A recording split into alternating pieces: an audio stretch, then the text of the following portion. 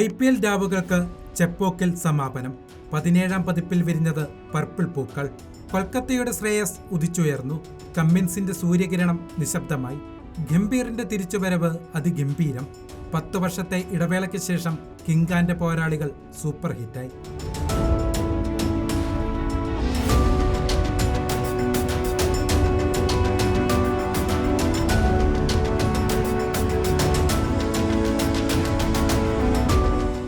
മൂന്നാം കിരീടത്തിൽ മുത്തമിട്ട് Kolkata night Riders. IPL ഫൈനലിൽ കണ്ടത് ആവേശമല്ല, ആധിപത്യമാണ്. ഹൈദരാബാദിന്റെ പവർ ഹിറ്റർമാർ തുടക്കം മുതൽ വിറച്ചു. ആരെയും പേടിയില്ലാത്ത അഭിഷേക് ശർമ്മ ആദ്യ ഓവറിൽ വീണു. മൂളിപ്പാഞ്ഞു വന്ന സ്റ്റാർക്കിന്റെ പന്ത് അഭിഷേകിന്റെ കുറ്റിയിളക്കി. ട്രാവിസ് ഹെഡ് വീണ്ടും നിരാശപ്പെടുത്തി. തീയാകുമെന്ന് കരുതിയ ത്രിപാഠിയെ സ്റ്റാർക്ക് പറഞ്ഞയച്ചു. ഏഡൻ മാക്രം കളിച്ചു തുടങ്ങിയപ്പോൾ റസൽ പന്തുമായി എത്തി. നിതീഷും ഷഹബാസും സമതും പതിവ് പോലെ വിക്കറ്റ് വലിച്ചെറിഞ്ഞു. ക്ലാസൻ കളിക്കാൻ തുടങ്ങിയത് ശ്രേയസ് മനസ്സിലാക്കി. ഹർഷിത് റാണയുടെ പന്ത് ക്ലാസനെ വീഴ്ത്തി.